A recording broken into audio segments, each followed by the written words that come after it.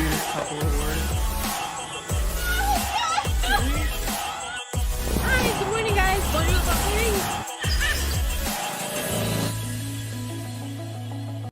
What's up, guys? Yo! Welcome back to the channel. So today is a big day. What day is today, baby? Today's a big day? Yes. They want to know what we're doing today? Yes.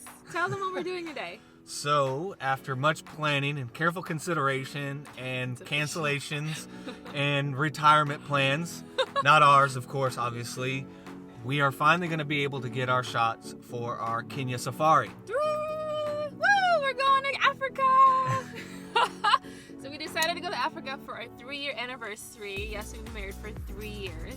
Feels like we've been married for like 10 or 20. Years. Yes, 3 long years.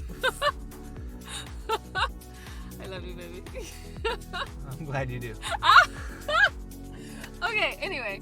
So, we're here at the health department in Orlando getting our, we decided to do yellow fever, malaria, and our typhoid shot.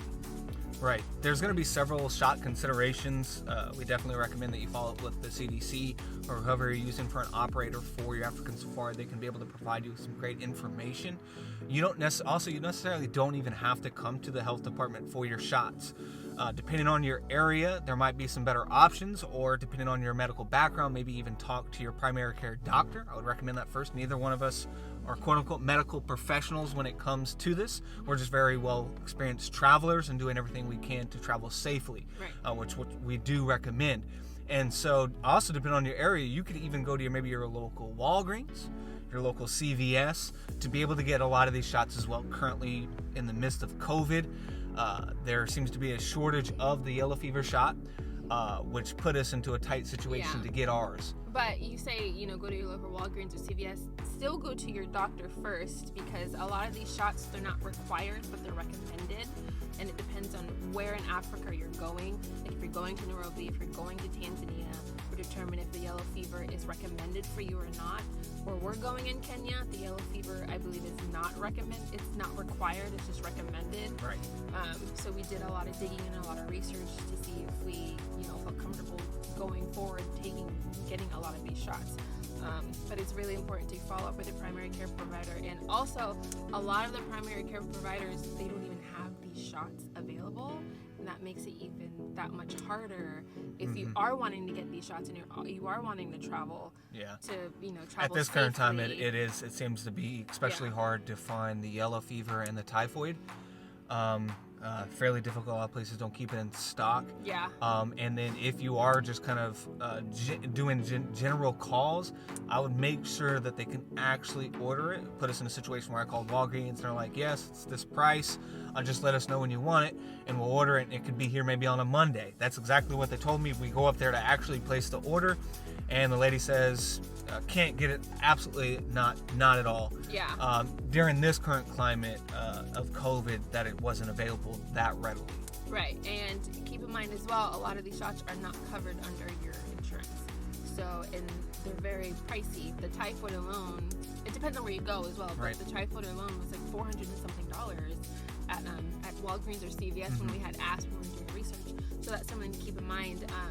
Maybe some insurances, I was doing some research on YouTube, and I found a very informative person explaining to me about the shots as well, and she said maybe some of the insurances will pay for half, but it's really unlikely that or if you have an HSA or an FSA with your insurance company, you can use that. You can supplement whatever the remainder could be for that. Also, throughout your guidelines and your times of figuring out your shots, still the standard recommended shots like your Hep A and different things like that. Yeah. You want to make sure that's up to date, which mine are not. So I'll also probably be doing that today. It's not.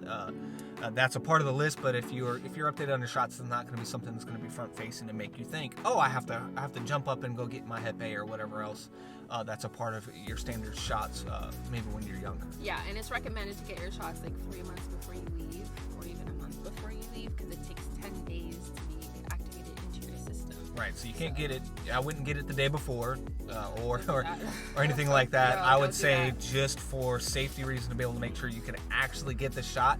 I wouldn't push it any sooner than 2 weeks. One, to make sure that the efficacy is working, and two, that your plans don't fall through like we did. We originally had something set up at our local health department that was 5 minutes down the road versus driving all the way to Orlando, because the lady there at our direct public health actually retired when we planned on getting the shots. Yeah.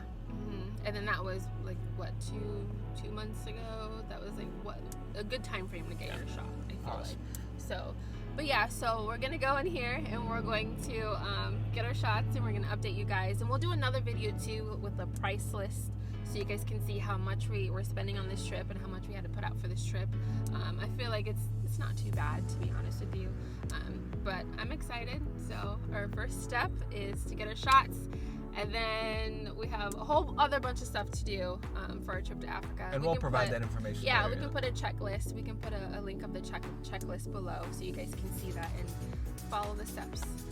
Yeah, just because there's a few more COVID protocols that you have to follow. Yeah. That Kenya just came out with, I think, on the 21st or the 18th of December of 2021. And we're now in January of 2022. So there was just a couple more things that were added to travel and entry into Kenya. But we'll kind of cover that more in depth in another video to provide some more direct line information. Yes. Are you ready to get our shots, baby? All right, baby, let's go.